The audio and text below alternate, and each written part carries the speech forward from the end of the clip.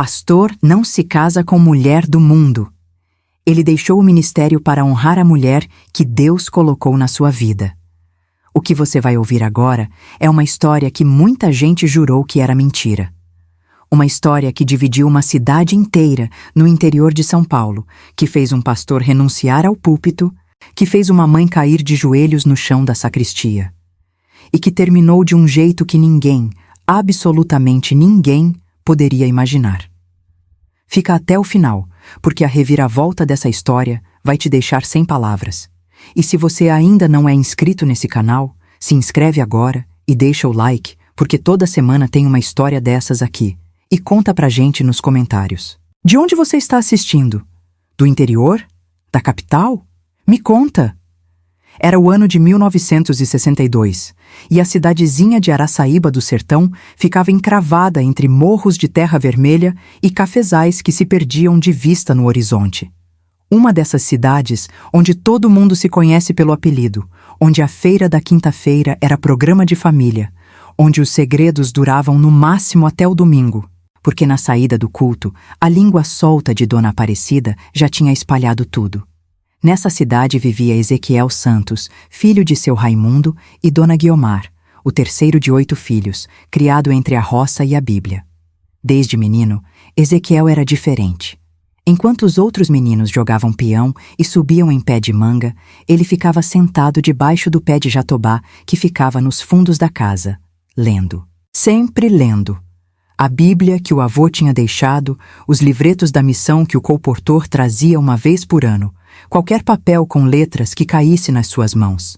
Seu Raimundo, um homem de poucas palavras e mãos grossas de trabalho na lavoura, olhava para o filho e sacudia a cabeça. Não era orgulho que ele sentia, era uma coisa mais funda do que isso. Era reverência. Como se soubesse que aquele menino tinha sido posto no mundo para uma missão que ele, Raimundo, nunca ia entender completamente, mas que respeitava como se respeita uma força da natureza. Dona Guiomar, por sua vez, não tinha dúvida nenhuma. Desde que Ezequiel tinha 7 anos e tinha ficado 3 dias com febre altíssima, quase morrendo, e ela tinha feito uma promessa ao Senhor, desde aquele dia, Dona Guiomar vivia como se o filho tivesse sido dado de volta a ela com um propósito marcado na testa. Ela falava baixinho para os outros filhos. Esse aí é do Senhor, esse aí vai pregar. E foi exatamente o que aconteceu. Aos 17 anos, numa noite de outubro com o céu cheio de estrelas como só tem no interior, Ezequiel subiu ao pequeno estrado da Igreja Evangélica Missionária de Araçaíba do Sertão e pregou pela primeira vez. Era uma terça de oração. Tinha talvez 30 pessoas na sala. Mas quando aquela voz jovem e firme começou a falar sobre o Vale de Ossos Secos de Ezequiel, capítulo 37, algo aconteceu naquele salão simples de paredes caiadas e banco de madeira. As pessoas pararam de tossir. As crianças pararam de se mexer. Dona Aparecida largou o leque. E todos ficaram ali, suspensos, como se o tempo tivesse decidido parar para ouvir aquele rapaz magro de 17 anos falar sobre a respiração de Deus sobre as coisas mortas. O pastor Elias Ferreira, que tinha fundado aquela igreja 15 anos antes depois de chegar na cidade com uma mala de couro e um coração em chamas, ficou no fundo do salão com os olhos marejados. Depois do culto, ele chamou Ezequiel de lado e disse 3 palavras. Você foi chamado. E aquelas 3 palavras mudaram tudo. Nos anos seguintes, Ezequiel se dedicou ao ministério com uma entrega que impressionava até os mais velhos na fé. Estudou teologia por correspondência, porque não tinha condições de ir para seminário em São Paulo. Ficava acordado até meia-noite com a lamparina acesa, lendo, anotando, preparando sermões que às vezes ele nunca chegava a pregar, só para exercitar a mente. Aos 23 anos, com a bênção do pastor Elias, que já estava com a saúde fragilizada, Ezequiel assumiu o pastorado da igreja de Araçaíba. Foi um momento de muita emoção. A mãe chorou. O pai apertou a mão do filho com aquela força de quem trabalhou a vida toda e transfere, naquele aperto, tudo o que nunca soube dizer em palavras. A igreja cresceu. Em 2 anos, o número de membros tinha mais que dobrado. Ezequiel era um pregador nato. Tinha o dom raro de pegar uma passagem bíblica e tornar ela tão viva, tão presente, tão urgente, que o povo sentia como se a história estivesse acontecendo ali, naquela cidade, naquele momento. Mas havia algo que Ezequiel nunca falava de cima do púlpito. Uma dor que ele carregava nos silêncios. A solidão. Não era a solidão de quem não tem companhia. A casa do pastor vivia cheia, a agenda vivia lotada, os pedidos de aconselhamento nunca paravam. Era uma outra solidão. A solidão de quem, ao fechar a porta do quarto à noite, não tem uma mão para segurar. A solidão de quem acorda às 3 da manhã com o peso do ministério e não tem uma voz do lado para dizer: vai ficar bem. Ele tinha 26 anos e era pastor solteiro, e num ambiente como aquele, numa cidade pequena, numa congregação conservadora, isso tinha o peso de uma questão não resolvida que ficava suspensa no ar em toda reunião de liderança. As irmãs da igreja, como era de se esperar, não perdiam tempo. Dona Eunice, da Junta de Mulheres, já tinha apresentado ao menos 4 candidatas ao matrimônio pastoral. Todas eram moças da congregação, filhas de famílias fundadoras da igreja, criadas na fé desde o berço. Todas eram o que se chamava na linguagem do povo de moças de procedência. Ezequiel as tratava com respeito, com cuidado, com a cordialidade que era marca do seu caráter. Mas em nenhuma delas ele sentia aquela, como explicar, aquela centelha. Aquela coisa que ele tinha lido nas cartas de Paulo, aquela complementação de alma que ele sabia existir, porque Deus mesmo tinha declarado que não era bom que o homem estivesse só. E então, numa quinta-feira de outubro de 1966, Ezequiel foi à feira. A feira de Araçaíba acontecia na Praça Central, embaixo de um amontoado de barracas de lona colorida que transformavam a cidade sisuda numa festa semanal de cores, cheiros e vozes. Tinha barraca de verdura, de queijo, de carne seca, de remédio do mato, de tecido, de ferramentas. Tinha o seu tonico com o carro de pipoca que produzia uma nuvem de vapor perfumado que se espalhava por 2 quadras. Ezequiel tinha ido comprar alguns itens para casa, uma coisa corriqueira de toda quinta. Ele ia, comprava, cumprimentava a cidade inteira no caminho, porque o pastor era uma figura pública em Araçaíba.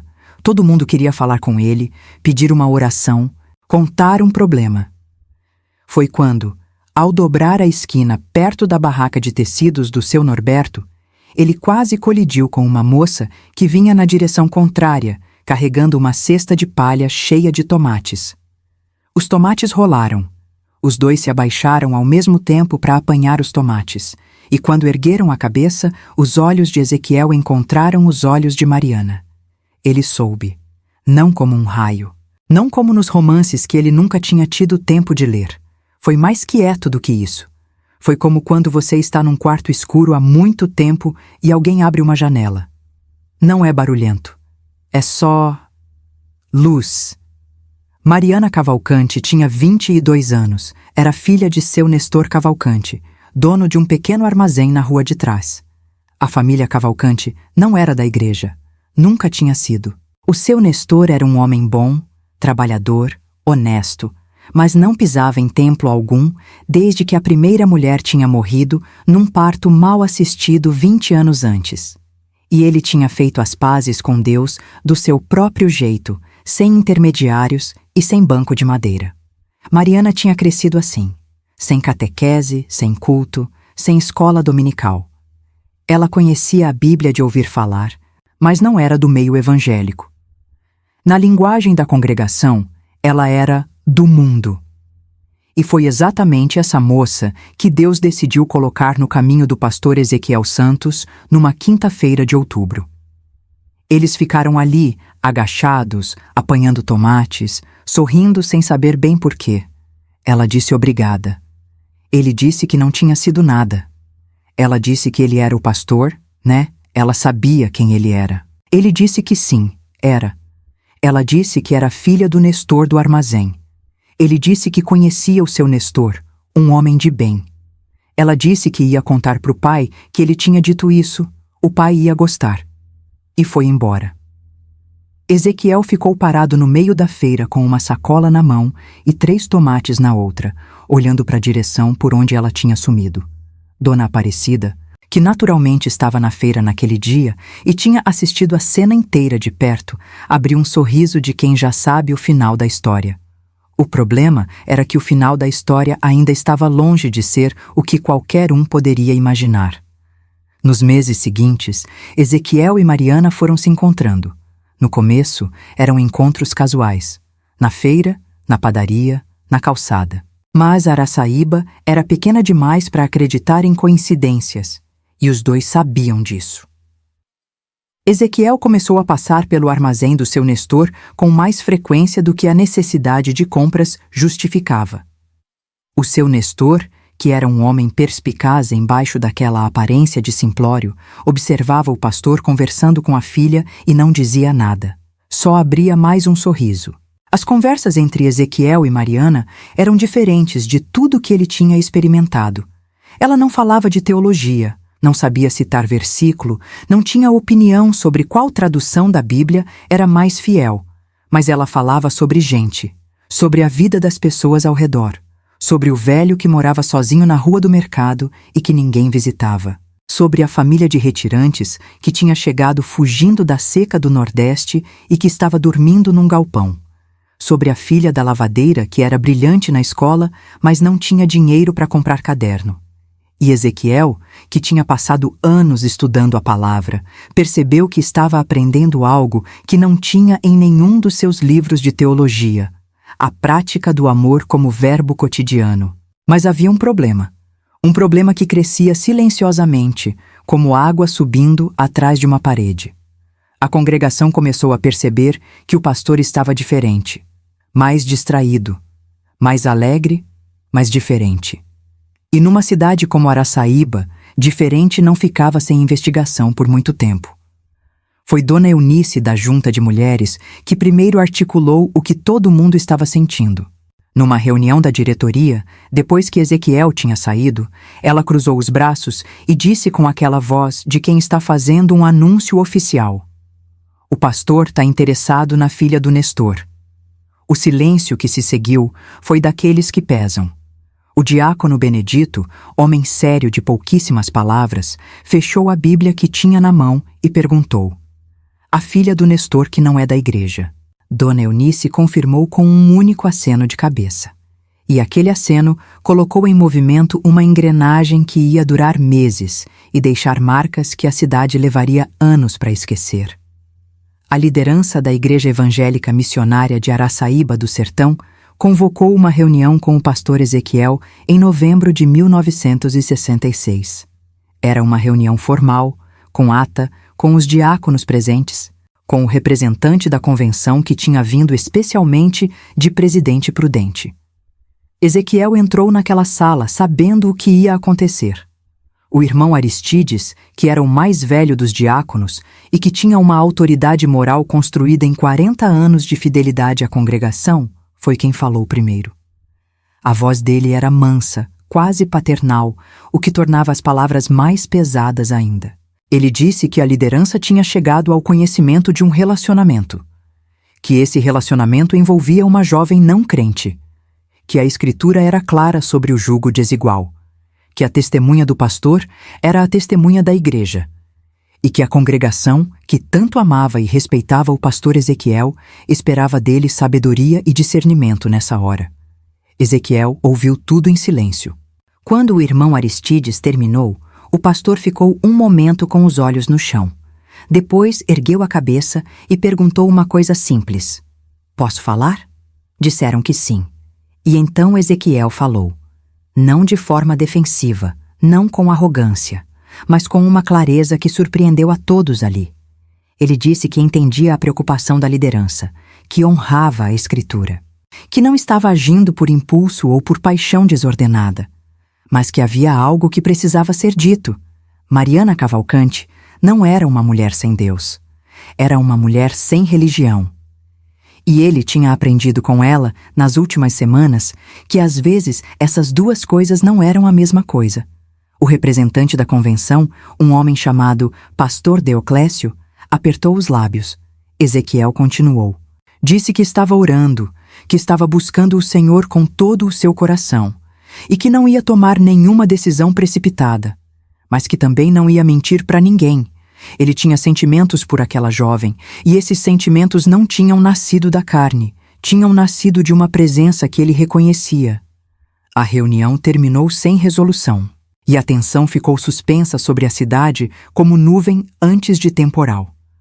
Naquela noite, Ezequiel ficou acordado até o amanhecer. Abriu a Bíblia em vários lugares, como se estivesse procurando uma resposta que já sabia que não vinha de fora. Leu Ruth. Leu sobre a mulher de Provérbios 31. Leu a história de Oséias, que Deus mandou amar uma mulher que o mundo não aprovava. E então fez algo que nunca tinha feito daquela forma.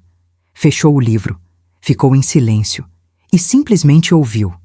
O que ele ouviu naquela madrugada, ele nunca contou para ninguém com detalhes.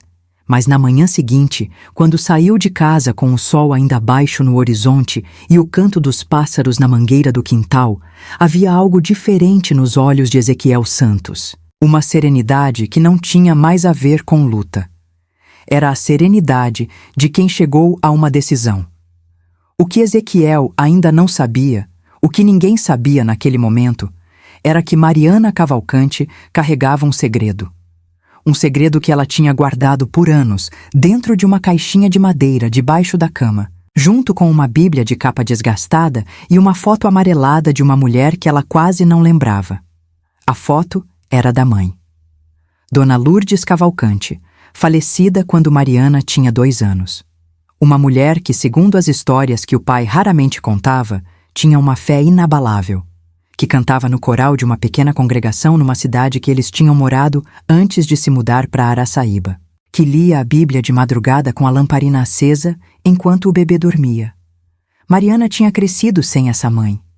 Tinha crescido com o pai calado e trabalhador que, de Deus, só falava quando precisava pedir socorro em silêncio.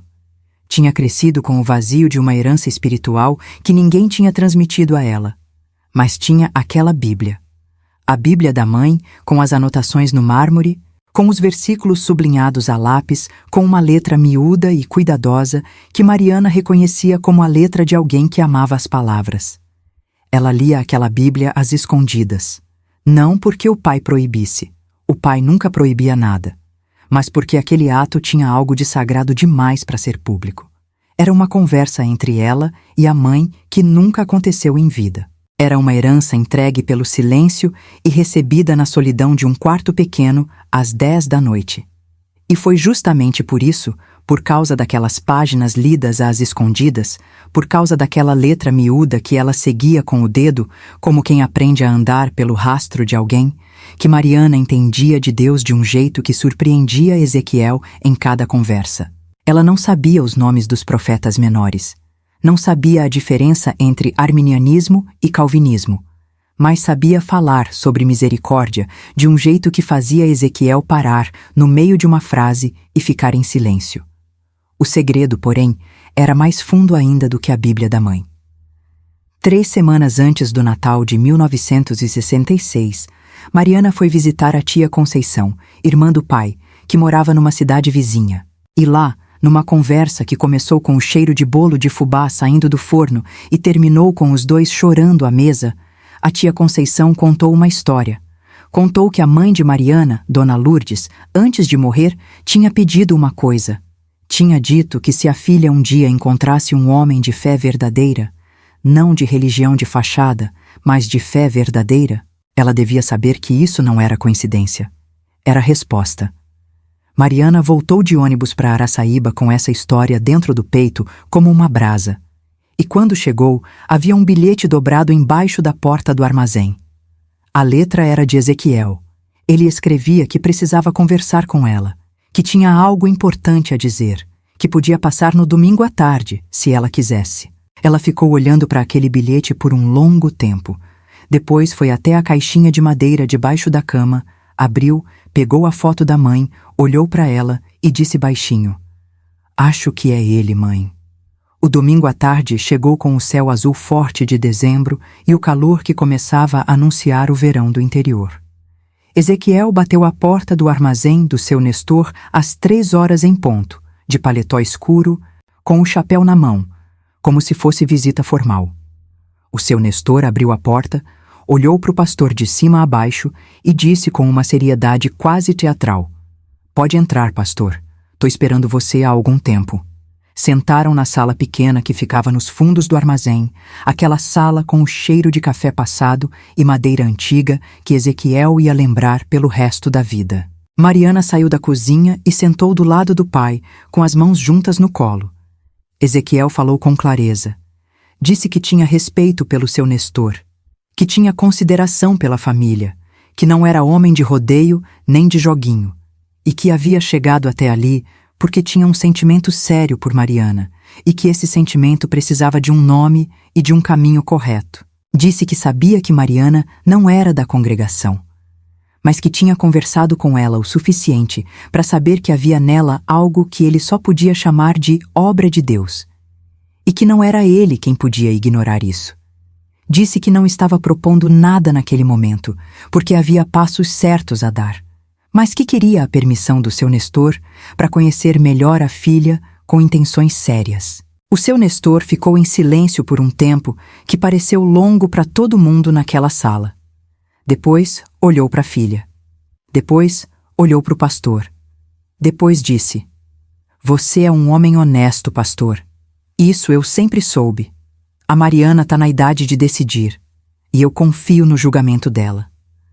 Mariana ergueu os olhos para o pastor e deu um aceno quase imperceptível. A notícia chegou na Dona Aparecida antes do anoitecer. E no culto da quarta-feira seguinte, o clima na Igreja Evangélica Missionária de Araçaíba era o de uma tempestade que ainda não tinha decidido em qual direção ia cair. A reunião de membros foi convocada para a última sexta-feira de janeiro de 1967. Era uma sexta de chuva miúda e insistente, o tipo de chuva que não molha de uma vez, mas vai encharcando devagar, enquanto você nem percebe. O salão estava cheio como nos dias de festa, mas o silêncio era outro. O diácono Benedito abriu com uma oração curta. O irmão Aristides foi direto ao ponto. A questão do relacionamento do pastor precisava ser discutida em assembly de membros, porque dizia respeito à testemunha da congregação perante a cidade. O que se seguiu durou 2 horas e meia. Houve quem se levantasse com voz embargada e dissesse que o pastor tinha salvado o casamento dele com uma palavra no momento certo, que tinha visitado a família na hora da doença, que era um homem de Deus como poucos, e que merecia a confiança da congregação na vida pessoal também. Houve quem levantasse os versículos sobre o jugo desigual, com uma dureza que não deixava margem à interpretação. Houve a voz de Dona Eunice, que disse que a questão não era contra a Mariana como pessoa, mas que havia uma ordem, uma estrutura, e que o pastor precisava ser exemplo nessa estrutura. Houve uma senhora idosa, a Dona Filomena, que tinha 83 anos e que nunca falava nas reuniões, que se levantou devagar com o auxílio da bengala e disse, com a voz fina de quem sobreviveu a décadas de mundo: "Eu quero só saber uma coisa. Aquela moça tem Deus no coração?" Ninguém respondeu. Ela olhou em volta e repetiu: "Porque se tiver, o resto é detalhe." E sentou. Ezequiel, que tinha ouvido tudo em silêncio, pediu a palavra no final. Disse que entendia a preocupação de cada um ali, que honrava a congregação, que honrava a palavra, e que havia algo que precisava contar, porque era justo que todos soubessem. E então contou a história da Bíblia de capa gasta, da mãe de Mariana, das páginas sublinhadas, e da pergunta da Dona Filomena, que ele respondia de coração: sim, aquela moça tinha Deus. Não nos moldes que a congregação conhecia, mas com uma profundidade que ele respeitava e que o desafiava. O silêncio que se seguiu foi diferente do anterior. A reunião terminou sem votação formal. Mas havia uma rachadura naquela congregação que ia demorar para cicatrizar. 3 dias depois da reunião, o pastor Deoclésio voltou de Presidente Prudente. Desta vez, não veio sozinho. Trouxe consigo o presidente da convenção regional, o pastor Hermínio Ramos, um homem de cabelos completamente brancos e autoridade construída em 30 anos de ministério.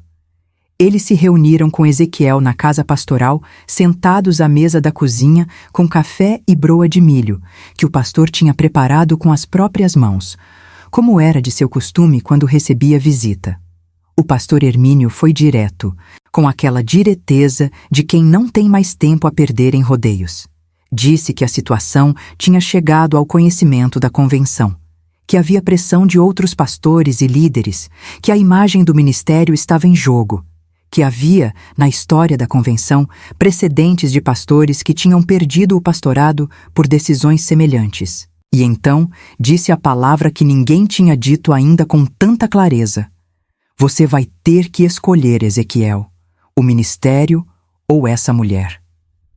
Ezequiel olhou para os 2 homens sentados na sua mesa. Olhou para o café que esfriava nas xícaras. Olhou pelas janelas da cozinha, onde a manhã de janeiro dourava os galhos da mangueira no quintal, e disse, com uma voz tão calma que o pastor Hermínio depois contaria que aquela calma o perturbou mais do que qualquer agitação poderia: pastores, o Senhor sabe o que há em meu coração. Eu nunca me afastei da palavra, nunca desonrei o ministério. Trabalhei com tudo que tinha. Mas se a escolha que vocês me apresentam é entre obedecer aos homens ou obedecer ao que entendo que Deus colocou no meu caminho, então essa escolha já foi feita. O pastor Hermínio colocou a xícara na mesa devagar. Você sabe o que está dizendo? Sei, disse Ezequiel. E peco que me perdoem, mas não posso agir de outra forma. A carta de renúncia do pastor Ezequiel Santos foi entregue à diretoria da Igreja Evangélica Missionária de Araçaíba do Sertão numa terça-feira de fevereiro de 1967. Era uma carta escrita à mão, com aquela letra firme e clara de quem passou anos copiando textos bíblicos. Na carta, Ezequiel não havia amargura, não havia acusação. Havia gratidão pelo tempo que servira, havia amor pela congregação, havia o reconhecimento de que cada um estava agindo segundo o que entendia como certo. E havia no final uma frase que o diácono Benedito ia repetir até o fim da vida. Parto com a consciência de que Deus é maior do que qualquer estrutura que construímos em seu nome e que Ele é capaz de honrar quem o honra, mesmo quando o caminho é incompreendido pelos homens. A notícia se espalhou por Araçaíba numa tarde. A cidade ficou dividida de uma forma que ia além da questão religiosa. Havia quem dissesse que o pastor tinha sido corajoso. Havia quem dissesse que tinha sido irresponsável. Havia os que ficaram em silêncio porque não sabiam o que pensar. O seu Nestor, quando soube, fechou o armazém mais cedo, foi até o fundo da casa, sentou na cadeira que usava desde que a mulher tinha morrido e ficou ali por um longo tempo. Depois chamou Mariana e disse: esse homem abriu mão de tudo por você. Isso não é qualquer coisa. Mariana sabia.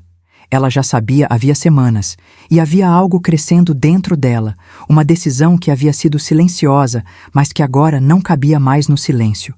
Na manhã de uma quarta-feira de março de 1967, antes do amanhecer, Mariana Cavalcante acordou, acendeu a lamparina do quarto, abriu a caixinha de madeira debaixo da cama e pegou a Bíblia da mãe.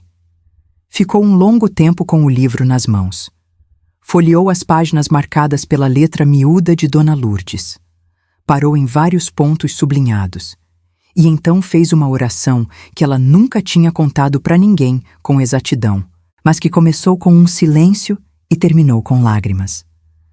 Às 7 da manhã, ela foi até a casa do pastor Elias Ferreira, o fundador da igreja, que vivia em Araçaíba, aposentado do ministério, mas ainda presente na congregação.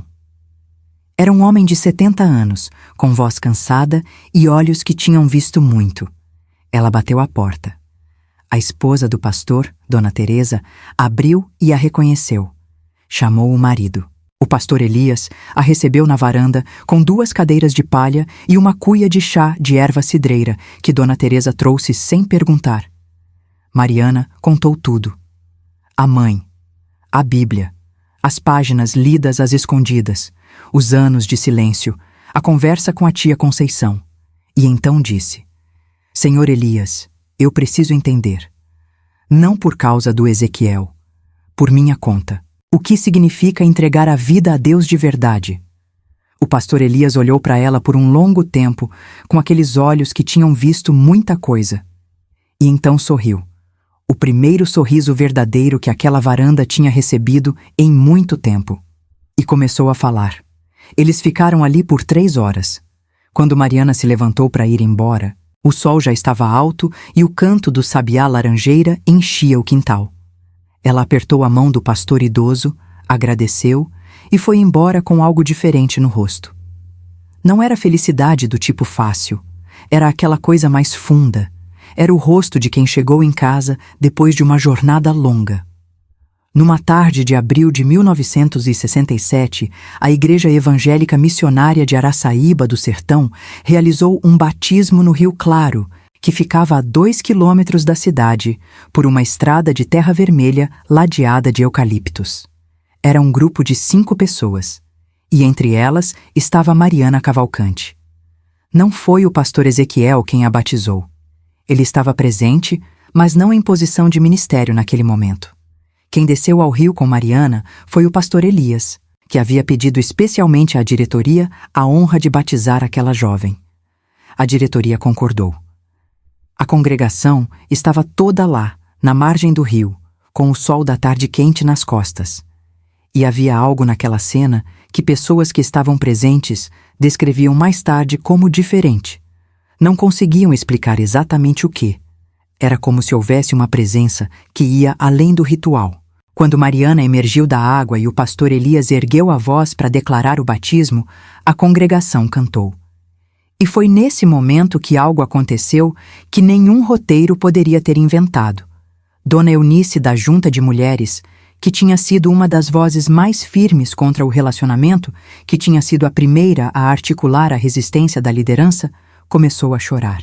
Não o choro contido de quem tenta esconder a emoção. O choro de quem foi pego de surpresa por algo que não esperava. Depois ela diria que naquele momento, ao ver Mariana sair da água com a Bíblia da mãe nas mãos, algo dentro dela se quebrou de um jeito que só podia ser bom.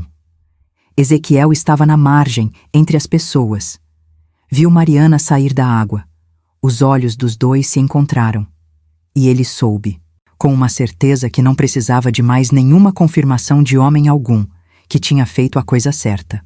O casamento de Ezequiel Santos e Mariana Cavalcante aconteceu no dia 12 de junho de 1967, o Dia dos Namorados, que tinha sido escolhido pela noiva com um sorrisinho levemente irônico que o noivo adorou. Não foi o casamento grandioso que uma cidade pequena costuma organizar quando quer mostrar que aprovou uma união. Mas também não foi o casamento discreto de quem está fugindo de alguma coisa. Foi um casamento de uma tarde de sábado, no salão da congregação que havia rejeitado o pastor meses antes. E o fato de ter sido naquele salão não foi acidente, foi escolha deliberada, porque Ezequiel não guardava mágoa. E porque havia algo de declaração naquele ato, eles não estavam fugindo de nada, estavam construindo em cima do mesmo chão. Quem celebrou o casamento foi o pastor Elias Ferreira, que havia pedido essa honra também. A mãe de Ezequiel, Dona Guiomar, chegou de Araçaíba vestida de roxo com uma flor no cabelo, sentou na primeira fileira e passou a cerimônia inteira alternando entre o sorriso largo e o olho cheio d'água. O pai, seu Raimundo, ficou de pé no fundo do salão, com as mãos cruzadas atrás das costas, como era seu costume quando se emocionava, mas não queria que vissem. O seu Nestor, pai da noiva, estava na primeira fileira também, do lado de Dona Guiomar. E os dois passaram a cerimônia trocando olhares de avós, que ainda não eram avós, mas já sabiam que um dia iam ser. Havia membros da congregação que tinham sido contra o relacionamento. A maioria estava presente, porque na vida real, diferente das histórias que simplificam as pessoas em vilões e mocinhos, a maioria das pessoas é capaz de reconhecer quando errou, mesmo que reconheça devagar e em silêncio. O diácono Benedito estava presente. O irmão Aristides estava presente. Dona Eunice estava presente, com um buquê de flores do jardim que ela mesma tinha trazido para decoração. Quando o pastor Elias declarou o casal casado e Ezequiel olhou para Mariana, ela estava segurando a Bíblia da mãe, não como ornamento, como presença. E ali, naquele salão de paredes caiadas no interior de São Paulo, numa tarde de junho de 1967, algo se completou que havia começado muito antes daquele dia. Havia começado numa decisão de uma mulher chamada Lourdes, que leu a Bíblia de madrugada com a lamparina acesa enquanto o bebê dormia.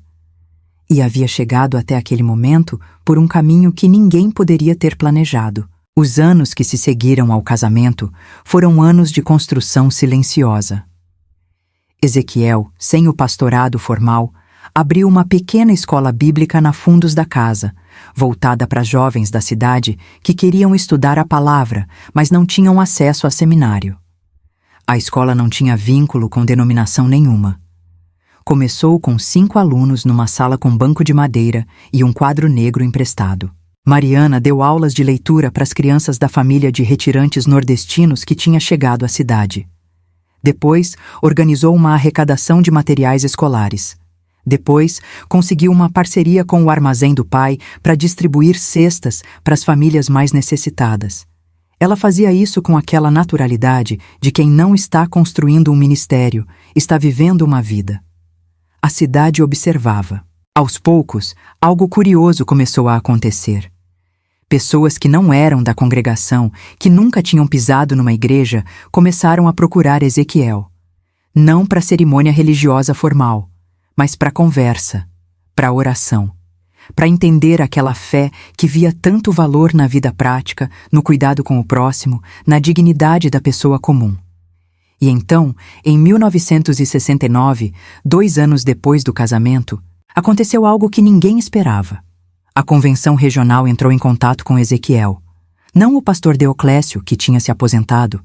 Não o pastor Hermínio, que tinha falecido no início daquele ano. Um novo presidente, um homem mais jovem chamado pastor Giovanni, que tinha ouvido falar do trabalho que Ezequiel e Mariana estavam fazendo em Araçaíba.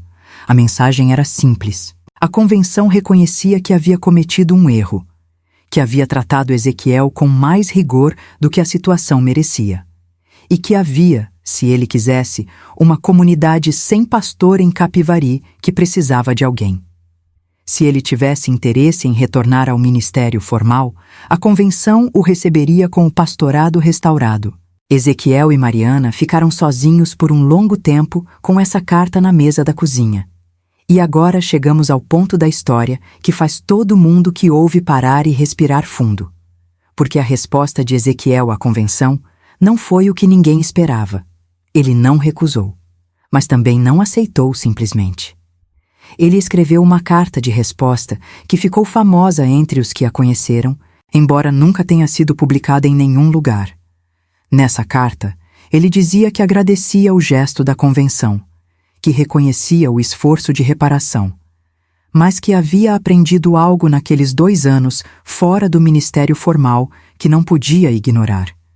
Ele havia aprendido que o povo de Deus era maior do que qualquer estrutura, que havia fé verdadeira fora dos muros das instituições, e que ele e Mariana tinham, naqueles 2 anos em Araçaíba, construído algo que não cabia numa denominação e não precisava de um título para existir.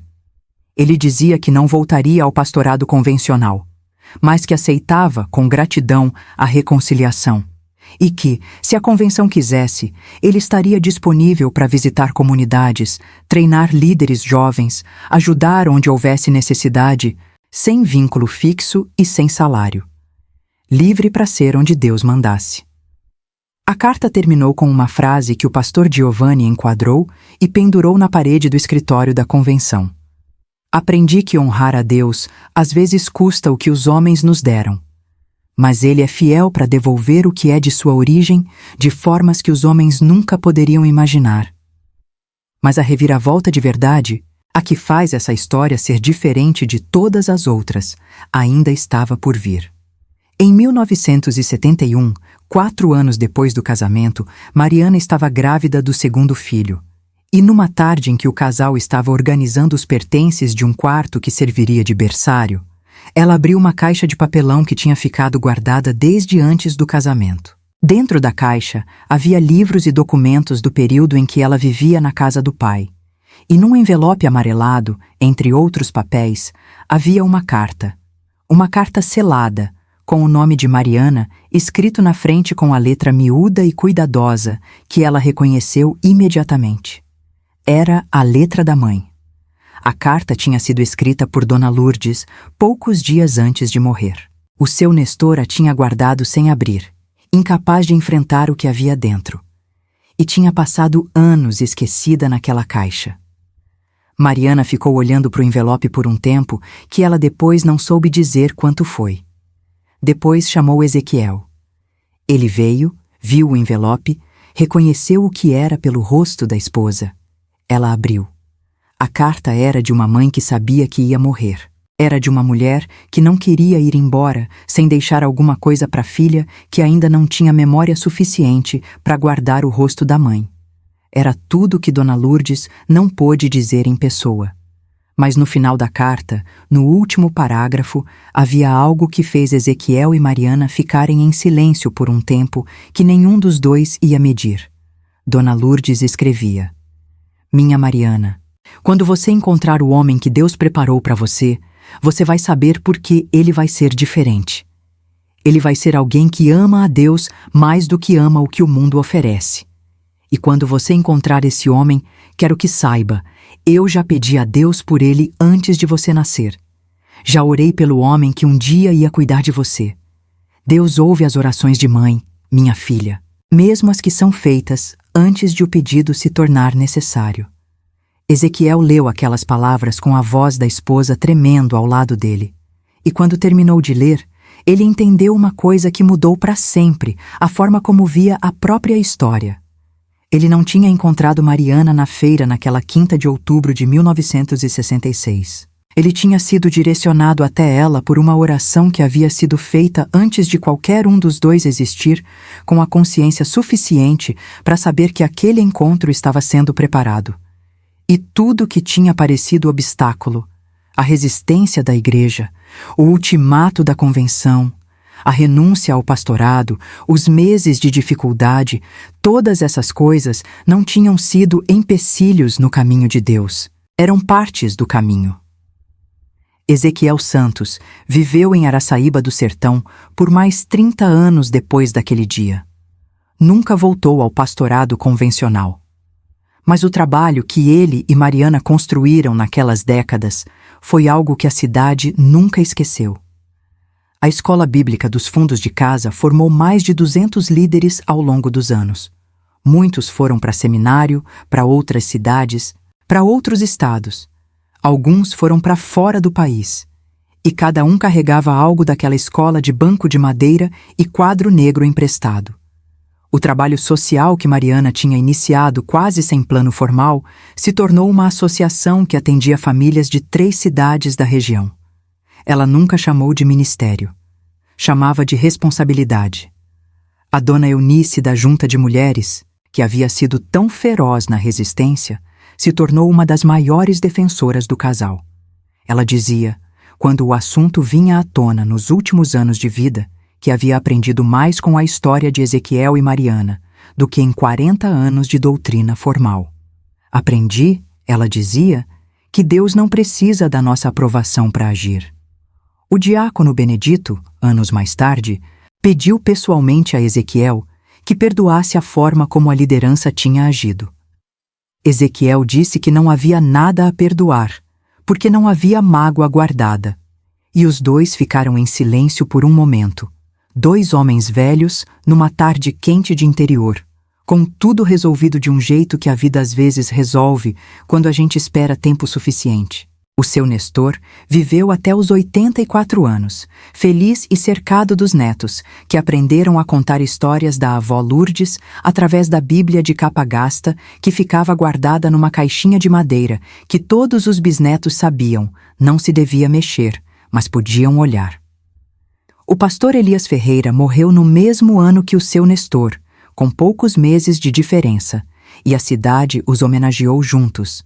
Porque havia algo apropriado nisso. 2 homens que, cada um à sua maneira, tinham entendido que o maior serviço que um ser humano pode prestar a outro é não tirar o lugar de Deus na história de ninguém.